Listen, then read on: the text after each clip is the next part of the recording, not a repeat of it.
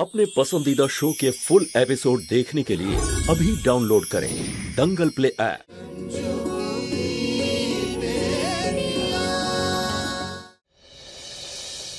আরে ওইদিকে কি দেখছো? ও হচ্ছে আমার বৌমা, ওকেই চুরি পরাতে হবে তোমাকে। আসলে কি বলুন তো মা, আমি ভাবছিলাম বাড়ির মালকিন বদলে গেল কি করে। আরে পরিবর্তন তো প্রথমেই হয়েছিল, এখন তো আসল গৃহলক্ষ্মী আসল জায়গায় এসেছে। এখন আজে বাজে প্রশ্ন না করে নিজের কাজে মন দাও। আমার কাজই তো তদন্ত করা মা। বসুন বসুন বৌদি, কি চুড়ি নেবেন?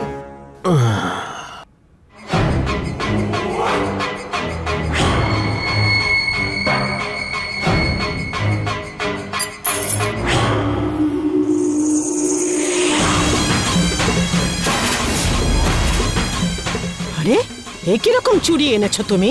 হ্যাঁ, চুড়ি পরানোর আগেই ভেঙে গেল, সর্বনাশ করেছো। ভালো হয়েছে যে তোমার হাতেই চুড়িগুলো ভাঙলো।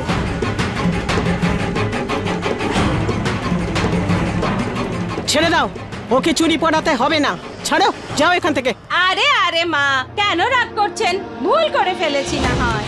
ও বৌদি বলুন না, আমার পেটে আপনি লাথি মারবেন নাকি? ছাড়ুন না মা, ভুল করে ফেলেছে একটা, আর করবে না কি, তাই তো? ভালো করে পড়িও। হ্যাঁ ঠিক আছে বৌদি, খুব সুন্দর চুড়ি পরাচ্ছি আমি আপনাকে।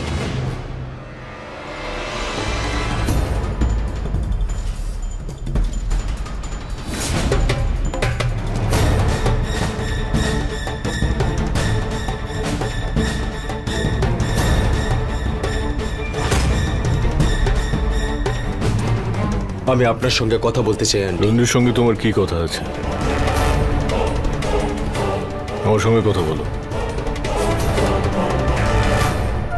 বাবা মায়ের খোঁজ পেয়ে গেছে, আমরা মাকে ফেরত আনতে পারবো।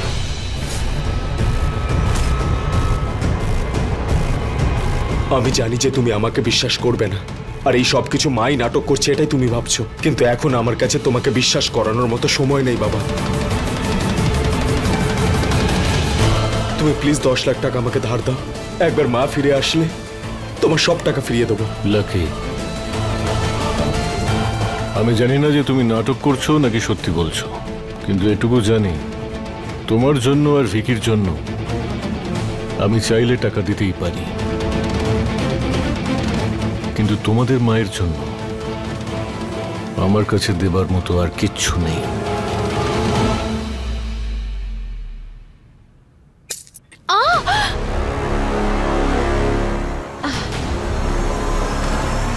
কি করছো? একটু সাবধানে করো। ঠিক করে পড়াও না, দেখো মায়ের হাতে কিরম কেটে গেল।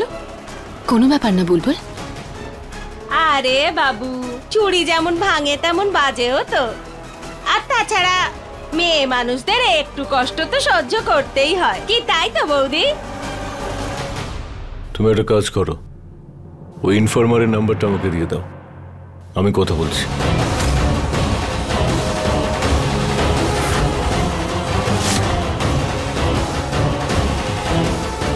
কিন্তু ও তো আমাকে প্রাইভেট নাম্বার থেকে ফোন করেছিল বাবা।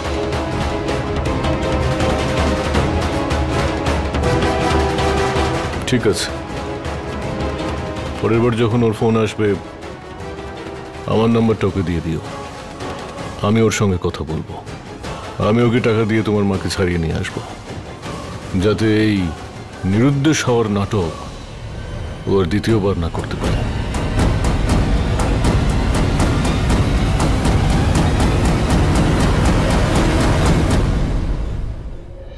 We did it, চালু।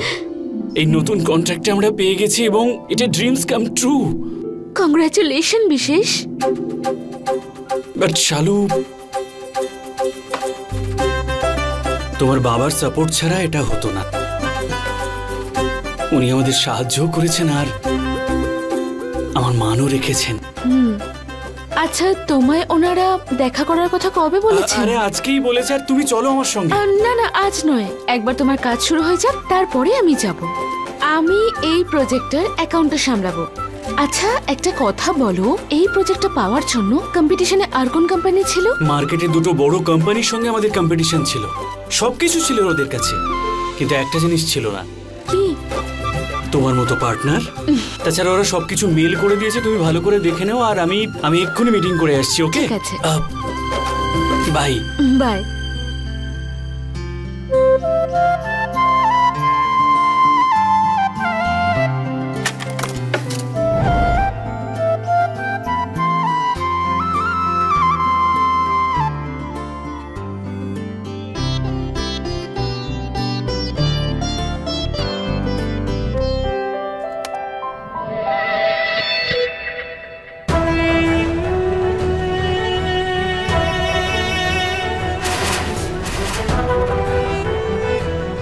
মিশ্রবাবুর কোম্পানিও এই কম্পিটিশনে ছিল, তারপর পরে উনি নিজের নাম তুলে নিয়েছে। উনি এইসব আমাদের জন্য করেছে। যে কন্ট্রাক্টটা উনি সহজেই পেয়ে যেতেন, ওটা আমরা পেয়েছি। শালু,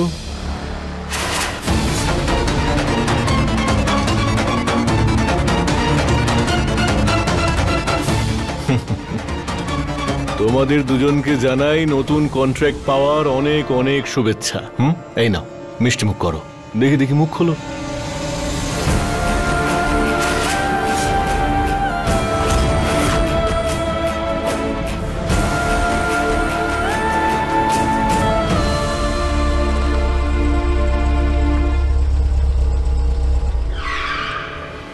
ও আরে, ফাইলটা তো আমি বাড়িতেই রেখে এসেছি।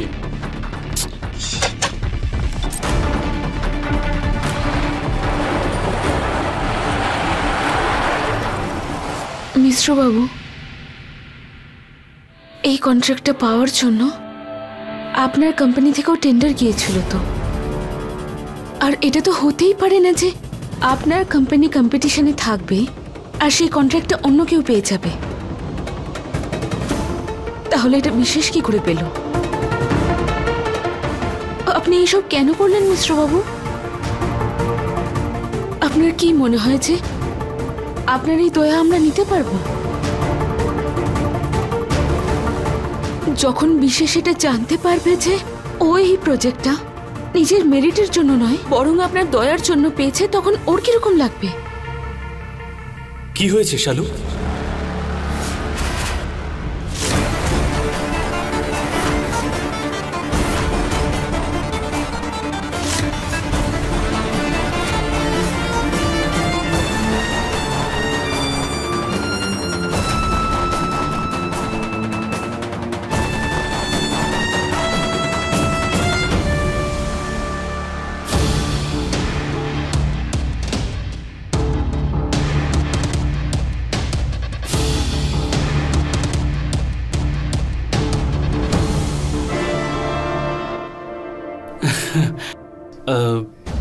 কি কথা চলছিল এখানে? কে কাকে কিভাবে সাহায্য করেছে?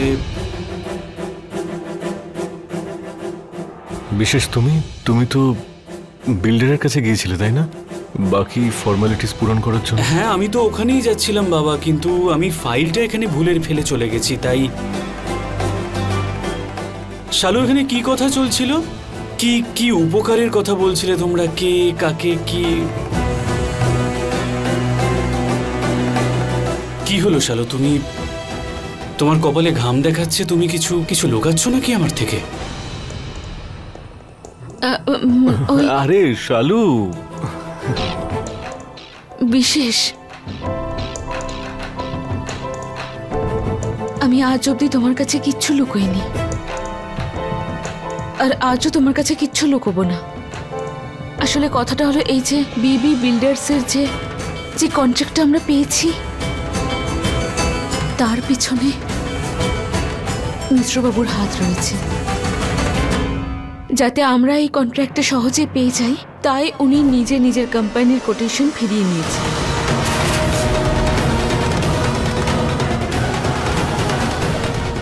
আচ্ছা, এই জন্যই আপনি 10% ভাগ নিয়ে আমার জন্য 1.5 কোটি টাকার ব্যাংকের গ্যারেন্টিও দিয়ে দিয়েছিলেন।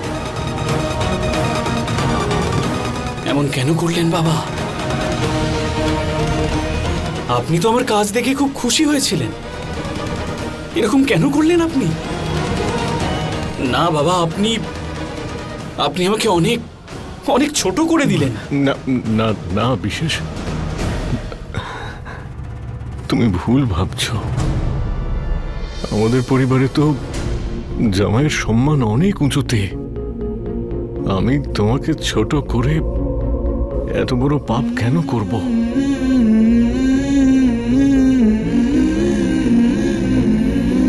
বিশ্বাস করো,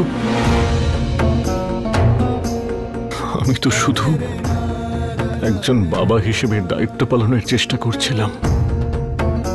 বাবা হওয়ার দায়িত্ব?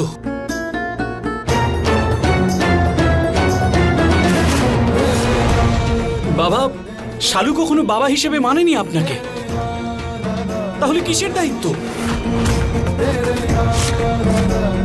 আমায় ক্ষমা করবেন বাবা, কিন্তু আমি আপনার এই সাহায্যের বোঝা সামলাতে পারবো না। একদম ঠিক বলেছ তুমি বাবা। আমি তো এখানে কারোরই বাবা নই। সময়ের চাকা তো এভাবেই ঘুরে যায়। একটা সময় ছিল যখন আমি নিজে বাবা মেয়ের সম্পর্ক অস্বীকার করেছিলাম, আর আজ আমাকে অস্বীকার করা হচ্ছে। আরে আমি আর কি করে বাবার দায়িত্ব পালন করব? আমি তো স্বামীরই দায়িত্ব পালন করতে পারলাম না, আর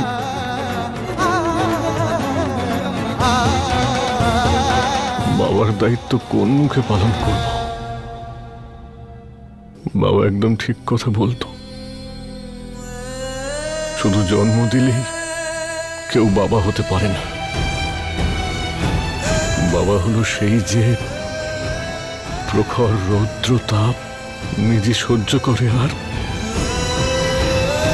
সন্তানকে ছায়া দেয়।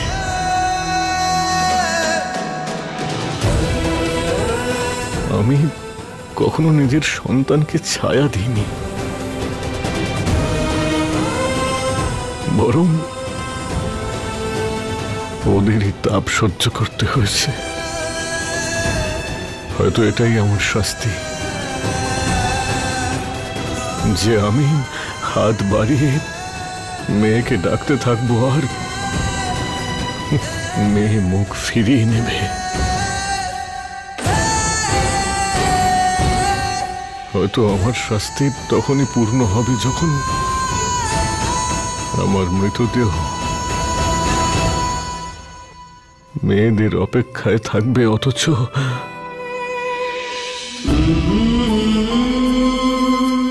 মেয়েরা ফিরেও তাকাবে না।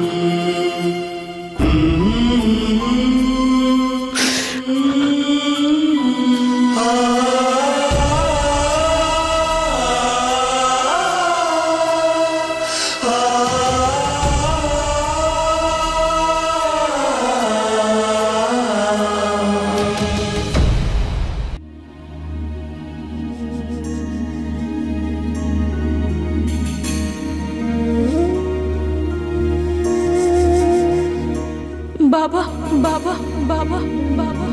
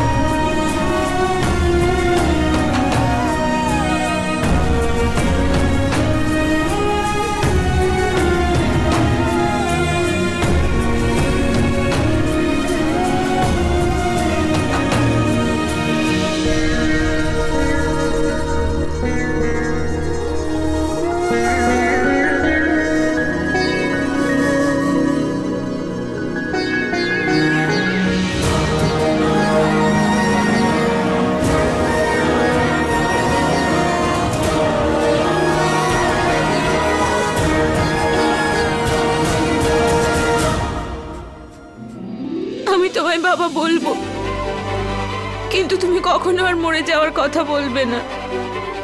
না মা, তুই যদি আমাকে বাবা বলে ডাকিস আমার আয়ু তো দ্বিগুণ হয়ে যাবে রে।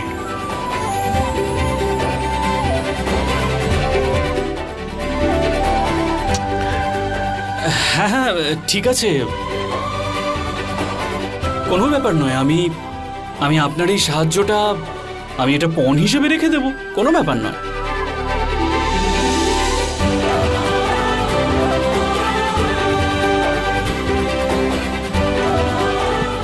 বদমাইশ, যদি যৌতুকের কথা বলো না জেলে পাঠিয়ে দেবো তোমাকে।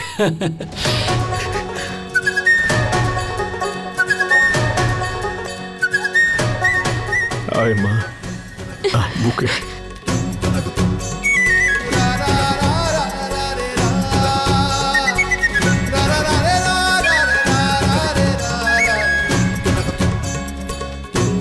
শালু, মা তুমি তো আমাকে বাবা বলে ডাকলে, কিন্তু আমার মনে শান্তি তখনই আসবে যখন আমার বাকি 3 মেয়েও আমাকে বাবা বলে ডাকবে।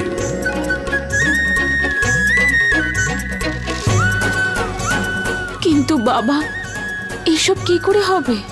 সেটা তুই আমার উপর ছেড়ে দে। কাল বাড়িতে পুজো, তোমরা দুজন এখন থেকে আমাদের সঙ্গে থাকবে। কিন্তু শালু, তোকে কিন্তু আমায় সাহায্য করতে হবে।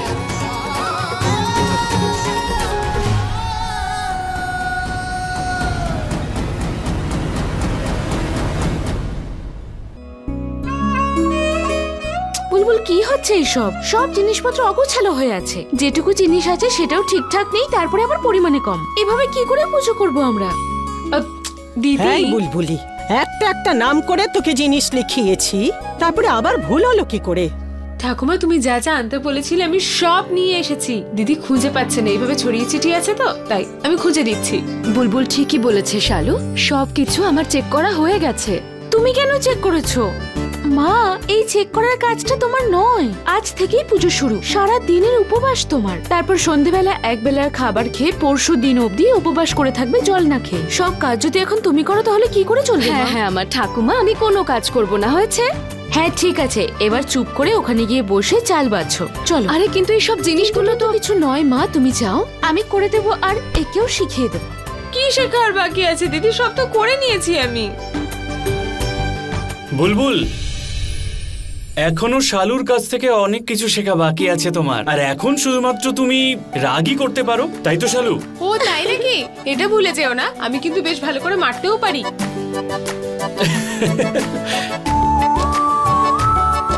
এগুলো এখানে রেখে দিন। Thank you. শালু, ওই যে বাকি জিনিসগুলো ছিল আমি নিয়ে এসেছি। বোঝো, তুমি আমাকে শেখার জন্য বলছিলে আর নিজেই ভুল করেছো তো এবার। এই সব কিছু তো আমি কাল রাতেই নিয়ে এসেছি। বুলবুল, তুই নিয়ে এসেছিস কিন্তু কম এনেছিস। কম কি করে হবে দিদি? দেখ, মা প্রত্যেকবার 4টে স্যুপ রাখে আমাদের 4 জনের জন্য আর একটা মিশ্রবাবুর জন্য, তার মানে 5টা হয়ে গেল। এই বছর আরেকটা এক্সট্রা লাগানোর আছে, সেটা হচ্ছে টিয়ার জন্য। ঠাকুমা প্রতিবার মায়ের জন্য একটা রাখে, তার মানে হয়ে গেল 7টা। টোটাল 7টা জিনিস আমি নিয়ে এসেছি, তাহলে এক্সট্রা সেট কেন? আউ, বড় তুই নাকি আমি? তুই। তাহলে কে বেশি জানবে, আমি না তুই? তুই তো। আরে বুলবুলি, কেন শালুকে বিরক্ত করছিস? যেমন ভাবে ও বলছে তেমনটাই কর, ও সবকিছু জানে। আরে ঠাকুমা, আমি তো কিছুই করছি না। মা, মা, আমি যে অনলাইন কোচিং ক্লাসের জন্য অ্যাপ্লাই করেছিলাম না, সেখানে আমার অ্যাডমিশন হয়ে গেছে। মা, ওনারা না আমাকে এখনই অফিসে ডেকেছে। আরে বাহ, কিন্তু এই অনলাইন ক্লাসের লোকেরা তোকে অফলাইন কেন রাখলো? দিদি, ওনারা একটা ইন্টারনাল ফর্ম ফিল আপ করান, সেই জন্য আজকে অফিসে ডেকেছেন। মুস্কান, তুই খোঁজ নিয়েছিস তো ফিস কত হতে পারে? কোনো ফিস লাগবে না মা, ওনারা আমার আগের রেজাল্ট আর রেকর্ড দেখে আমার ফিস মকুব করে দিয়েছে। মানে এটা ধরে নাও, এক ধরনের স্কলারশিপ পেয়ে গেছি আমি। সত্যি? জানি বাবা, মুস্কানের স্বপ্নকে উঠতে দেওয়ার জন্য তুমি ওর ইনস্টিটিউটে ফিস জমা করে দিয়েছো। আর যাতে মায়ের আত্মমর্যাদাও ক্ষুণ্ণ না হয়, তাই এটাকে স্কলারশিপ বলে চালাচ্ছ। চল মুস্কান, আমি তোদের সঙ্গে কোচিং সেন্টারে যাব। সে তো ঠিক আছে দিদি, কিন্তু দিদি ওখানে প্যারেন্টস নিয়ে যাওয়াটা কম্পালসারি। মা বা বাবার মধ্যে যে কোনো একজন। হ্যাঁ আমি যাব তো তাহলে তোর সাথে। মা, তুমি কি করে যাবে? তোমার তো ব্রত আছে আজকে, আর এতগুলো কাজ করা বাকি এখনো। কত রকমের মিষ্টান্ন একা হাতে তোমাকেই তো বানাতে হবে সব। তাহলে কে যাবে আমার সাথে? আমার অ্যাডমিশনটা ক্যান্সেল না হয়ে যায়। আরে ক্যান্সেল হতে যাবে কেন? আমি যাব তোমার সঙ্গে। কিন্তু মুস্কান, ওনারা তো মা বা বাবার মধ্যে একজনকে ডেকেছেন, তাই না? উনি তো আর বাবা নন, উনি তো মিশ্রবাবু।